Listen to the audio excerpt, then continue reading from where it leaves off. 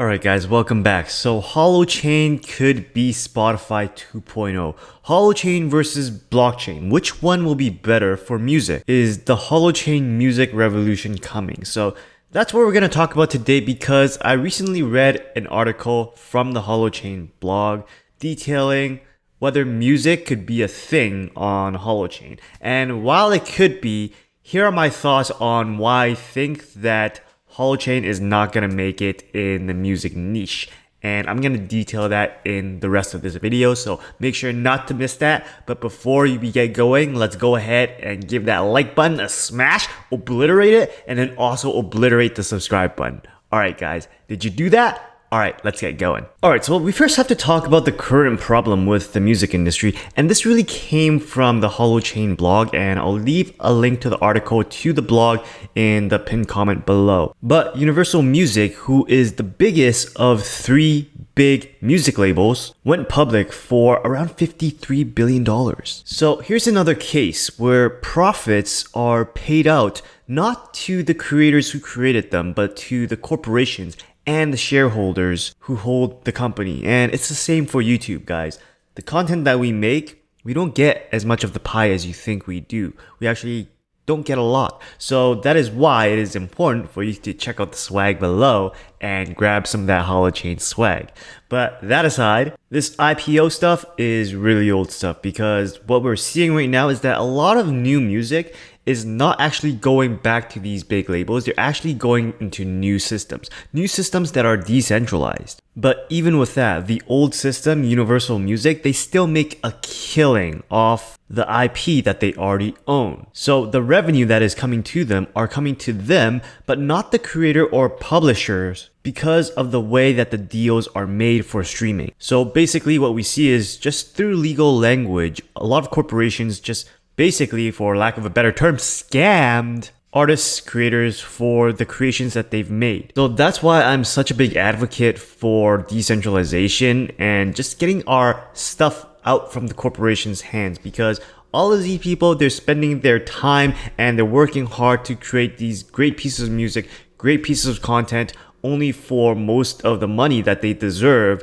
to get scammed away by these big corporations. So that's why I'm really big on Holochain, Theta, stuff like that, who are out to make things actually fair between creators and the people that are helping us distribute it. So I'm using some pretty crazy words. I mean, like scam, that might offend a lot of people, but I think that most of us don't like corporations here anyways. But anyways, I think the question you really want to ask is, if these artists, these musicians are not getting paid, then how are they making a living? Well, the fact is that most of these musicians have to rely on gigs and performances in order to squeeze out a living, or inviting their fans into their creative process. And I, for one, have never actually thought about that as an income stream, and maybe I should do that because this YouTube creative process stream, I mean, if you guys are interested, let me know if you're interested in how I make my YouTube videos, and maybe I'll build a course for it or something.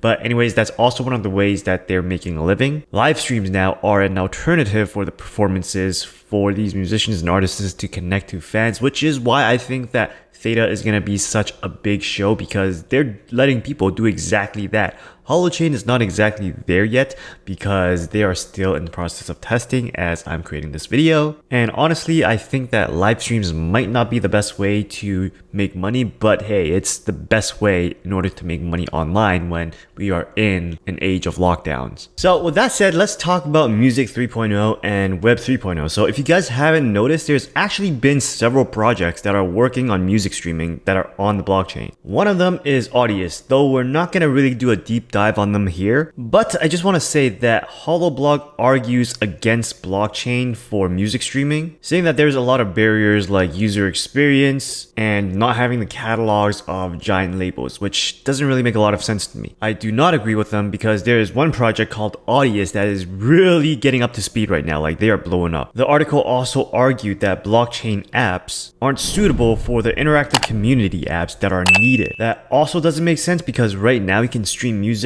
on Audius pretty nicely, and we're gonna do a demo a little bit later. But all this is just to say that a lot of what is written on blogs are highly biased, and I'm just here to kind of give you an idea, a second thought, an outside opinion of, alright, what they're saying doesn't make sense if we compare it to what we see right now on Ethereum and the projects that are being built on there, especially with music streaming. So I know that a lot of us who watch these Holochain videos are gung-ho about Holochain, but we have to kind of be realistic to some point. If Theta is way ahead of them and they're targeted in entertainment and stuff like that, and Holochain is more general, who do we think will win? So that's questions I really want you to ask when you're making investments. So there is this saying called jack of all trades and master of none. A lot of these holoblogs is kind of like that, I feel, because they talk about all these things that Holochain can do, and that's great and all, but that's just hype. What I really see Holochain working on being great at is disrupting things like AWS, Amazon Web Services. They could take a huge chunk by hosting websites and H apps in a distributed fashion. People will move to that.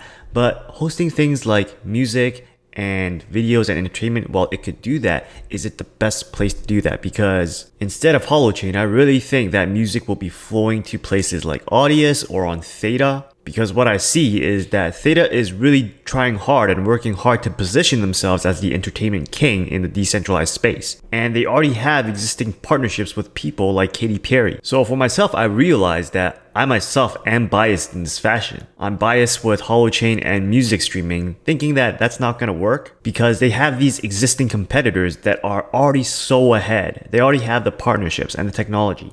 And Holochain seems to be still working on their MVP. So honestly, I really think that video and music will be better on Theta because of their partnerships, and they already have these easy integrations going on with other blockchains. Because I heard that Theta, I actually made some videos in the past, that Theta can now interact with Ethereum blockchains and have tokens go back and forth. So that is something that is going on with them, and Holochain is not doing that. Now, what I do agree with in the article is that for musicians and performers, it's more about the interactions between their fans and the musician and the performer. The current technology that we have right now is not for the musician nor for the customer. If you think about Apple Music, they are in it for the profit. They're not in it for the musician or the customer. The music that you buy from Apple, it's not actually owned by you, it's owned by Apple. They could take it away anytime they want. With decentralization, it's going to be for the musicians and for the customers and not for profit, which will probably upgrade the interactions because they'll allow things like allowing fans to co-create with their favorite musicians. The content that is made won't be owned by any one company. They won't be on Apple servers. They'll be on Holochain, Theta, Audius, and no one can basically shut you down or take away your music just because they don't like you, like they can do right now on Apple Music or Google Play Music.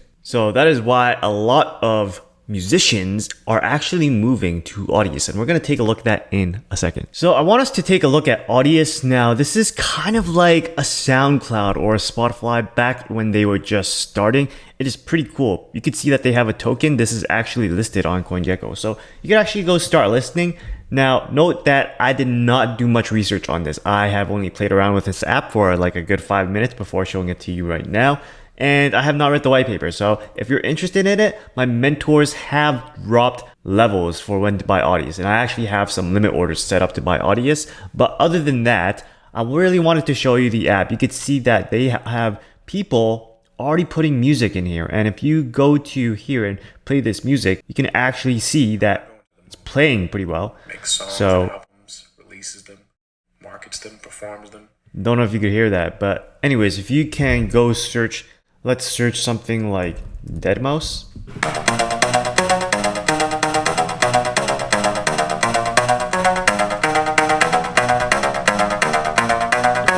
So you could see that they're pretty cool and they have a huge artist, and Deadmau5 is not the only one. There's a bunch of other huge artists that are already on Audius and are releasing their music on Audius instead of anywhere else. So there you go, guys. This is where the world is going. We have a lot of big artists that are getting off of Apple and Google because they're not being paid what they're worth. And Audius is a really cool project. I just showed you a little bit of that, but I think you can agree with me that that's kind of like SoundCloud or Spotify, and it's probably going to get big as well since it's decentralized. So it might be smart to get in some limit orders, but that is not financial advice. Please do your own research and due diligence before investing in anything that a YouTuber preaches. But anyways, I hope you got something from this article and from this video. So at the end of the day, there's a lot of competitors when it comes to music and Holochain. So I'm not too confident that Holochain will do well in music specifically because they don't have first movers advantage, but you never know. Things can happen because this is crypto after all. Other than that, if you enjoyed this video, check out the swag tag under this video, and please be sure to smash the like button, smash the subscribe button.